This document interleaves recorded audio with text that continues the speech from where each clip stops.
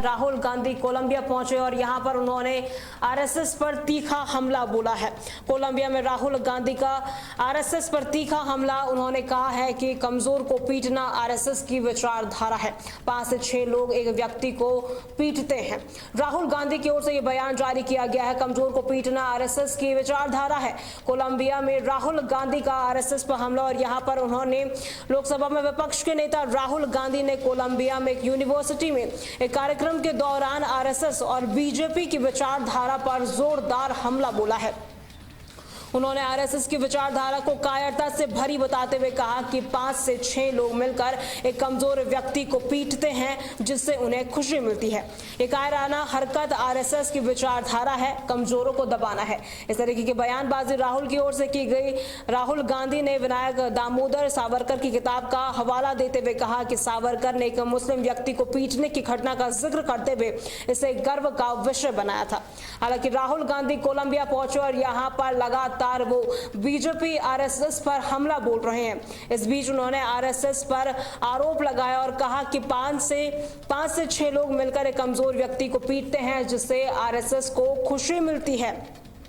राहुल गांधी ने भारत की लोकतांत्रिक व्यवस्था पर हो रहे हमले को देश की सबसे बड़ी चुनौती बताया और कहा कि भारत की जितनी भी तमाम भाषाएं हैं कहीं ना कहीं उन्हें दबाने की कोशिश भी की जा रही है। और साथ ही उन्होंने विदेश मंत्री के चीन वाले बयान का जिक्र करते हुए कहा कि बीजेपी आरएसएस की नीति मजबूत से भागना और कमजोर पर अत्याचार करना उनकी विचारधारा है। ऐसे में राहुल गांधी लगातार बीजेपी और आरएसएस को आड़े हाथों लेते हुए नजर आ रहे हैं और कहीं ना कहीं बीजेपी ने भी इसकी आलोचना की है और कहा कि राहुल गांधी केवल प्रोपोगेंडा फैलाते हैं और यहीं पर प्रोपोगेंडा के नेता भी हैं। और ऐसे में जिस तरीके से वो विदेश में भारत के खिलाफ बयानबाजी कर रहे हैं इससे कहीं ना कहीं भारत की छवि खराब होती है। ऐसे आरोप भी बीजेपी की ओर से लगाए गए हैं।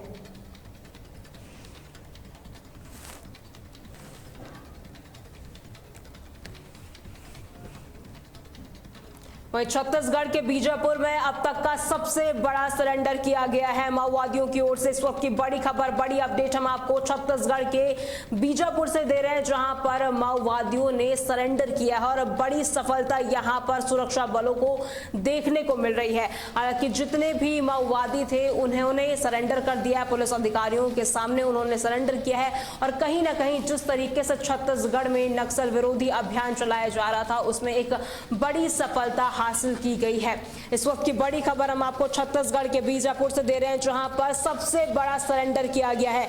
103 माओवादियों ने हिंसक रास्ता छोड़ दिया है। 49 पर 1 करोड़ से ज्यादा इनाम जो था वो घोषित किया गया था। 103 नक्सलियों ने पुलिस के सामने आत्मसमर्पण किया है। तस्वीरें आप देख सकते हैं जहां पर 103 जी हां 103 माओवादियों ने हिंसक रास्ता छोड़ दिया है। बीजापुर में सबसे बड़ा सरेंडर किया गया है। आपको ये जानकारी देते और बता दें इनमें 22 महिलाएं भी शामिल है और 49 माओवादियों पर कुल 1 करोड़ 6 लाख रुपए का इनाम घोषित था। ये छत्तीसगढ़ में एक ही दिन में अब तक का सबसे बड़ा सरेंडर माना जा रहा है। बीजापुर एसपी ने भी जानकारी दी और क्या कुछ कहा वो भी हम आपको सुना देते हैं।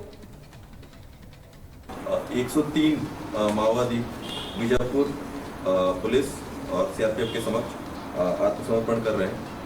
इसमें से जो माओवादी हैं उसको उन पर कुल 1 करोड़ 6 लाख का इनाम घोषित था, जिसमें डिवीसीएम स्तर का 1, एसीएम स्तर के 8 प्लाटून पार्टी सदस्य, डीएकेएमएस, इसी प्रकार लगभग 5 जो जनताना सरकार के सारे मेंबर जो कि इंद्रावती के पास में थे, उटला घोट जैसे जो आरपीसी थे उनके 4-5 आरपीसी के सदस्य पूरे आत्मसमर्पण कर दिए हैं। तो इस प्रकार कुल 103 माओवादियों ने आज इस शुभ अवसर पर आत्मसमर्पण किया है।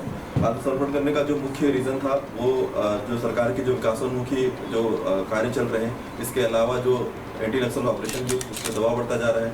नए क्षेत्रों में नए कैंप खुलते जा रहे हैं। नियत नाम के तहत नई योजनाओं का क्रियान्वयन निचले स्तर तक जा रहा है। उस पर से और जो माओवादियों की विचारधारा है जल जंगल जमीन, जो कि एक खोखली विचारधारा है, उससे क्षुब्ध होकर और आपसी भेदभाव और कई सारे जो इसके रीजंस थे उसकी वजह से आज बीजापुर पुलिस और सीआरपीएफ के समक्ष आत्मसमर्पण किए हैं।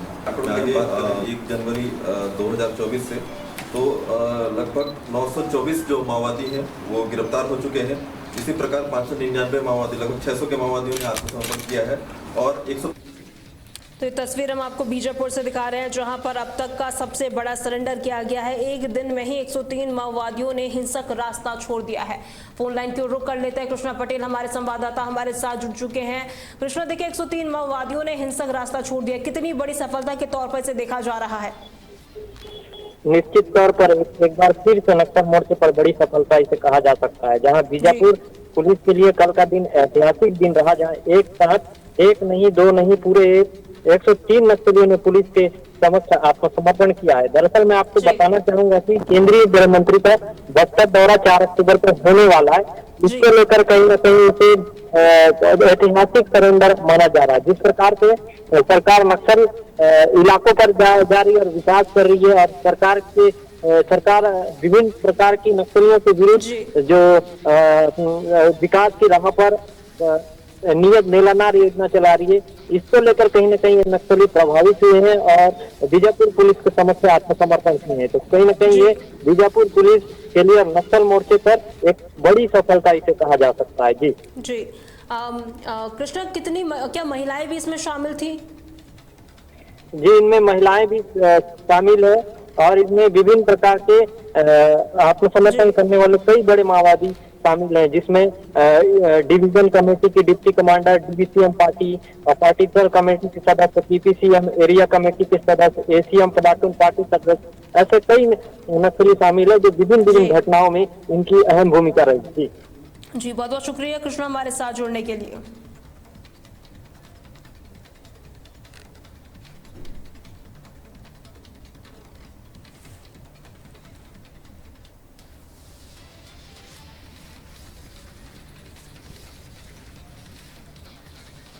वहीं भोपाल की ओर रुख करते हैं, जहां से इस वक्त की बड़ी खबर सामने आ रही है, जहां पर रावण दहन के कार्यक्रम में हाईकोर्ट के आदेश की अवहेलना की गई है।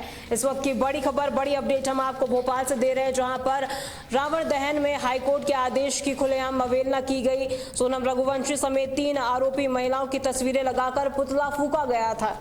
दशहरे के मौके पर भोपाल के एक रावण दहन कार्यक्रम में मध्य प्रदेश हाईकोर्ट के स्पष्ट आदेश की धज्जियां उड़ाई गई है।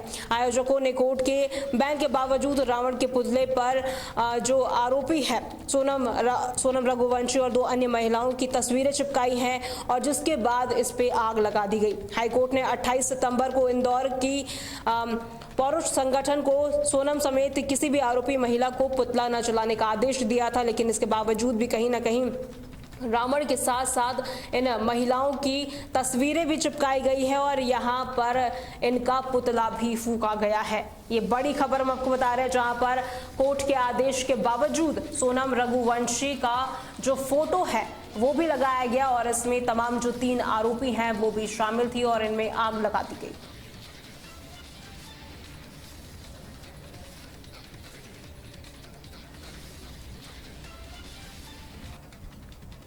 वहीं भोपाल में ही लव जिहाद का एक और नया मामला सामने आया है। ये बड़ी खबर हम आपको बता रहे हैं, जहां पर हिंदू संगठनों ने मुस्लिम जिम ट्रेनर और हिंदू युवती को होटल से पकड़ा है।